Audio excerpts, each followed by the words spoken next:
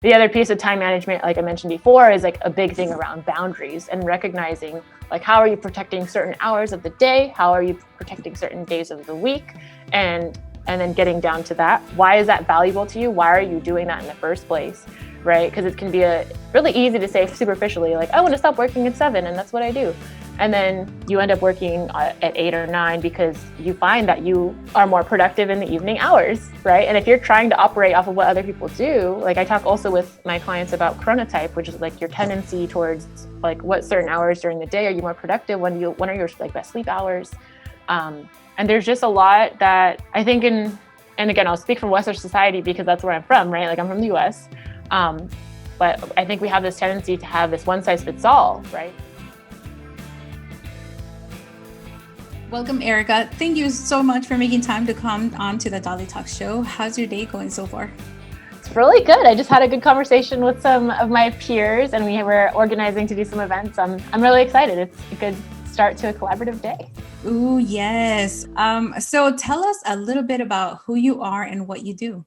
Yeah, absolutely. So my name is Erika. So I am a happiness coach. I help people take control of their time so that they can live the dream life that they want.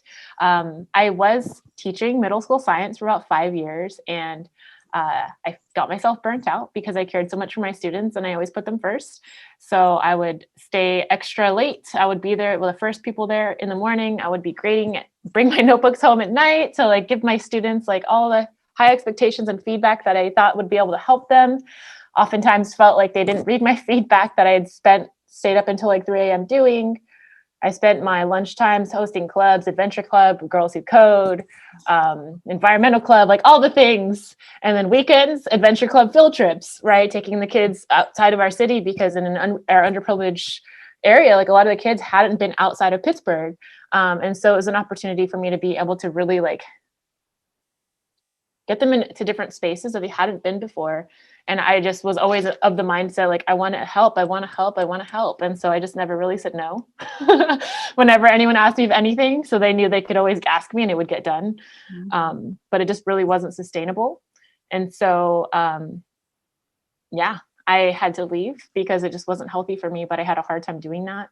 And I found that my time management strategies were really amazing because they enabled me to do all of these things. But it was not in the healthiest of ways.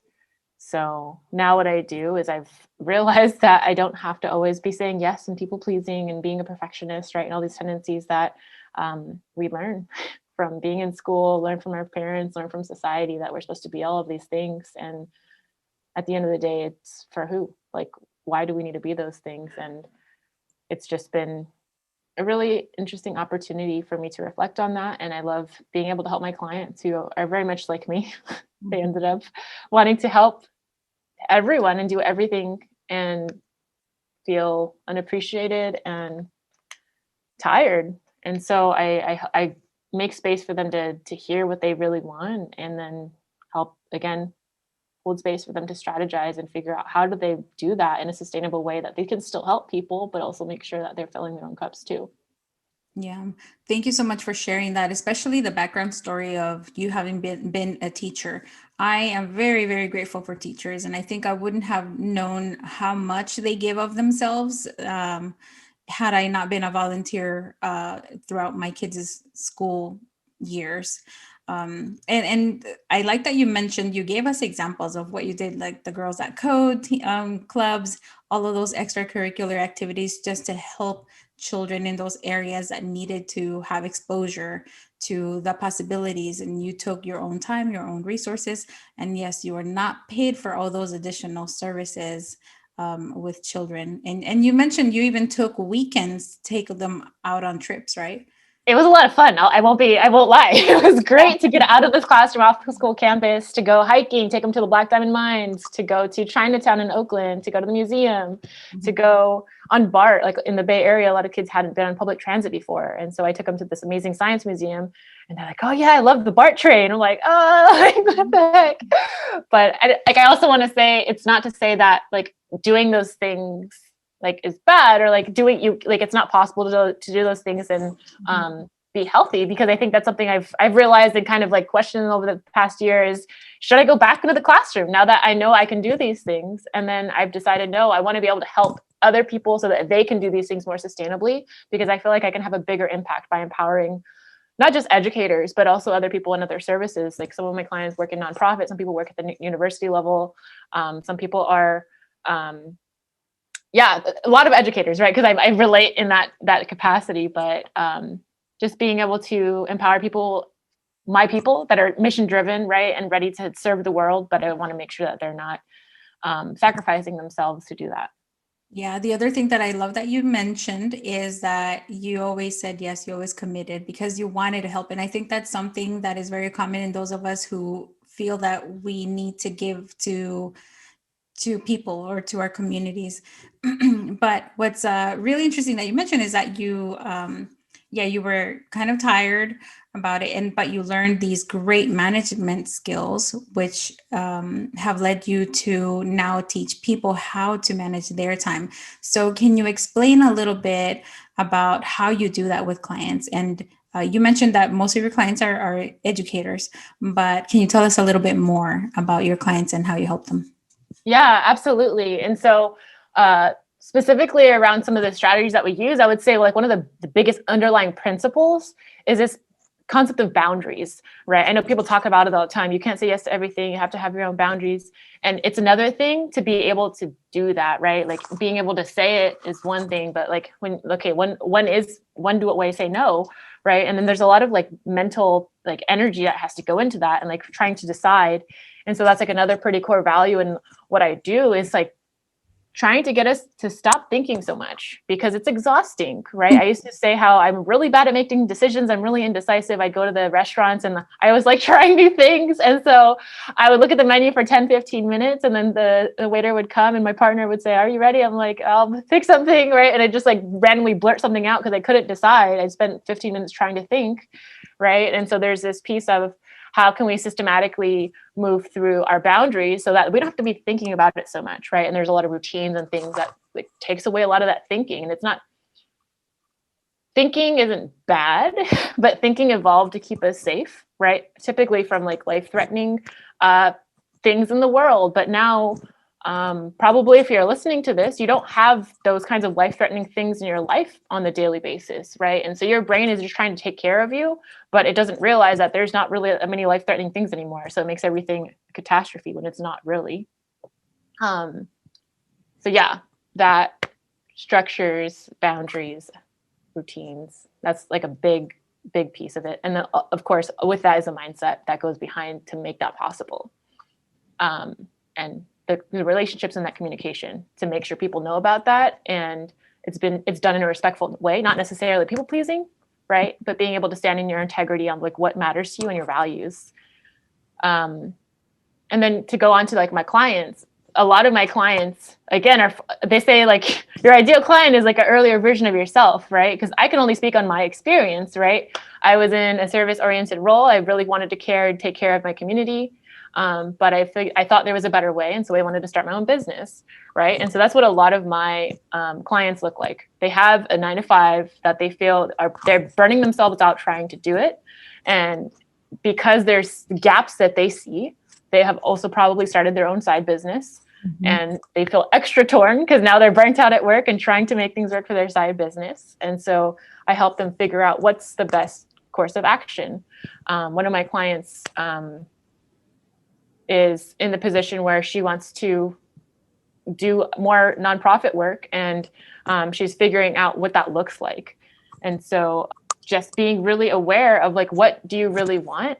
Not so much what are the values and dreams that have been placed inside of you by others. I know a big tendency on this is when we have immigrant parents, like my dad came here from the Philippines, is that they have these dreams of what they wanted for themselves. And they often have this tendency to imprint them on us, right? I wasn't able to do this, so I want to make sure you can do this, right? My mom loved travel. It's like she wanted to travel, but she wasn't able to because she had 12 siblings, right? And so she made sure that I had all these opportunities to travel, and she like researched all these trips on all the scholarships, right? We didn't have much money growing up, but she made sure that that happened for me because she wanted it for herself. And so while there's a part of this that's really valuable, there's also a layer to it when it's you realize, okay, I'm an adult now. I can have my own dreams and my own outlook on the world, right? And it's not offensive. You're not disregarding your parents. It's a matter of honoring what they gave you, right? You don't have to be ungrateful, but also honoring yourself so that you can continue moving forward and not feeling trapped by this box that people have created for you. Mhm. Oh, wow. Yes. Yes. Yeah. You said so much amazing stuff here that I don't want to come back to. Yeah. I think that we're seeing a lot more of those people who have that traditional job and then they see the need for something that they're probably struggling with. And like you said, their clients are now an earlier version of themselves. I love that, by the way. And here you are providing this service, which is probably something that they might even not realize that they need. Yes. Yeah, because I remember I was in that position where like I know I need help, but I have no idea what it is. So go I ahead. was just going to say really quickly, and that's like a huge, I actually just talked to my partner about that. He's like, I think a lot of times your clients don't know they need you. Right. And I think a big part of that is like it's normalized, right? We're supposed to be tired from work. That's what we see in all the movies. That's what we see in media, right? So we read about in books. It's like, oh, yeah, you go to work, you hate it, it's tiring. That's life. Right. And we just think that's how it's supposed to be. And we don't realize that there's another option. Yeah, definitely. And you know what? People in other countries who don't have this fast life, they look at us Americans and they're like, my gosh, they're crazy. Like they don't have time to slow down, enjoy themselves, or enjoy time with family and friends. But thank goodness that we have you, Erica. So can you tell us a little bit more about how any tips on for people who might want to get started, but they're not working with you yet? I guess kind of on like the big scale, I think one of the things that's really, really helpful is to just be able to sit down for 5 minutes and say, like, how do I feel right now? Right. Because I feel like there's so often, like, we're just so jam packed in our day. And I've been guilty of it. And I even sometimes have tendency towards it now. Right. And another like thing is like people think I have everything figured out because I'm able to coach people and help people do this. Right. I'm human. I still go through those things. I use my own techniques with myself. Right. Like I have something called the jump start, which is like rebuilding your daily routine. I told my partner, I was like, I think I need to do the jump start today. Like I need to go back through and figure out what I want my routine to look like, because if we do something for too long, it just becomes boring, right? And there's this fine balance between stability and structure, and then spontaneity, right? Because if you're doing the same exact thing every single day all the time, it's boring. I don't want to do that. Like that's not fun. And then on the other side, spontaneity, right? If everything is chaos and you never know what's going to happen, that's also extremely stressful and unhealthy, Yeah. right? And so it's like, how do we balance those two? It's like creating structures that change, right?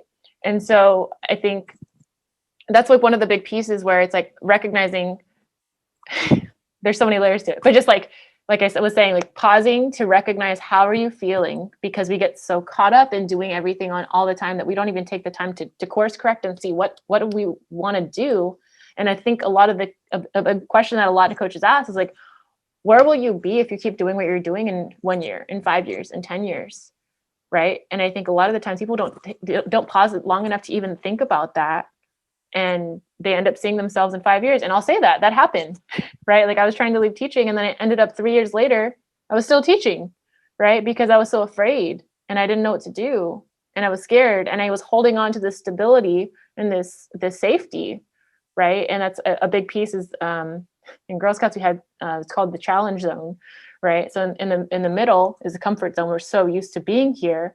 And that's what we do. Like everyone has a different level of it, but it's like, okay, sitting here on my computer, that's really normal. Like I'm used to that, right? Going outside and maybe like climbing a tree is like kind of challenging. Like maybe I like doing that. I like climbing, right? But then if I'm going to go stand on top of a building and jump onto the tree to climb it, right? That's called, we call that the danger zone. We don't want you to get there. And it's like, this is a physical example, but like you can think of it in like any capacity. And so like being able to recognize like, where are you at any given point? Because a lot of the times we have a tendency to stay in that comfort zone because it's comfortable, right? But then if we think about like what do we really want, and like what lights us up, that excitement, that spontaneity kind of usually pushes us into that challenge zone, because we're doing something new that's pushing us and we're growing and we're learning.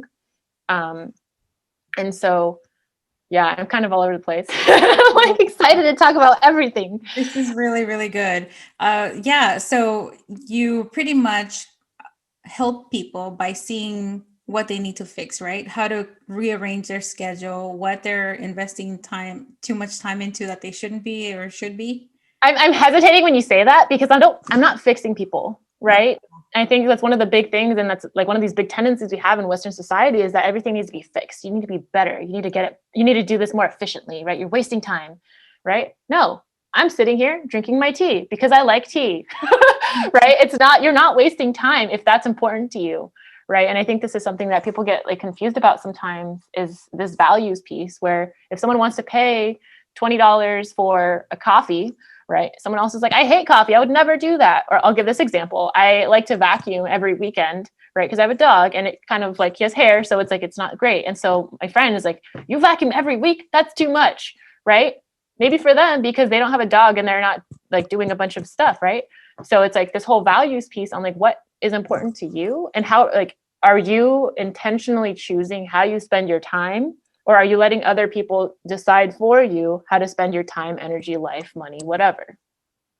I see. Okay. And so when you help people, do you show them how to schedule things into a calendar? You know, everybody has so many different strategies. So do you use or provide tools for them to improve their time management? Yeah. So specifically with time management, my favorite tool is Google Calendar because that's what I use and it's like all over, right? I don't need to have my phone with me. I don't need to have my computer with me. Like, I mean, obviously I need technology, but like I don't need to carry my big notebook or whatever around and have to renew it every time. So that's what my forte is. I have also adapted with people who use bullet journals and like physical planners. That's just the base that I come at.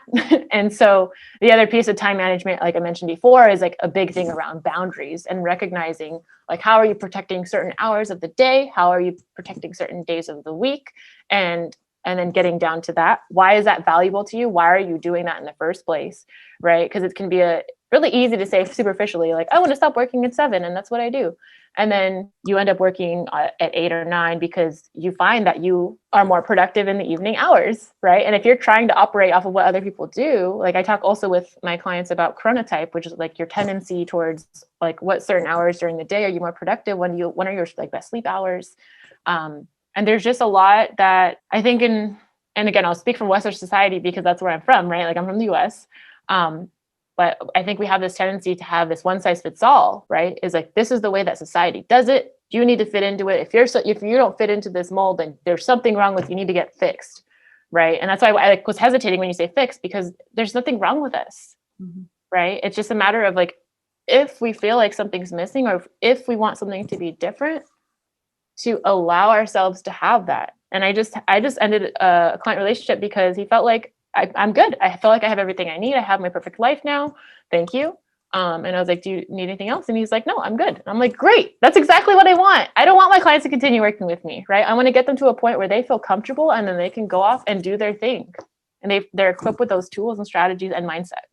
I love that. Thank you for correcting me on that because you know what? We all use language that can be negatively affecting our lives. So when that, like the word fixed. So thank you for pointing that out. Would you also share a little bit about your evening grace reflection that you do?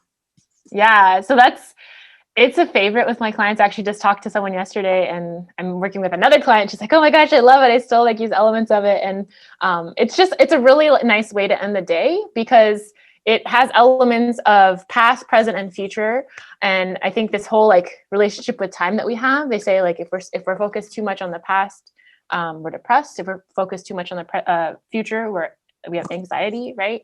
If we're focused on the present, like often that means we're in flow, right? We're doing whatever's in front of us and we're fully present, but it brings up so many things. Like often we're not able to stay in the present because there's so many distractions, right? And so with the evening grace reflection, it helps us really ground ourselves in what happened to that day, kind of do a replay, pull us back into the present, and then look forward to the future. And then now we can go to sleep. We're ready. And so some of my clients like to use it at the end of the day, like when they're working, it's the last thing kind of they do on their computer or like desk before they close it up, get it all away. Or I like to do it verbally with my partner when we're finishing dinner or when we're going to bed.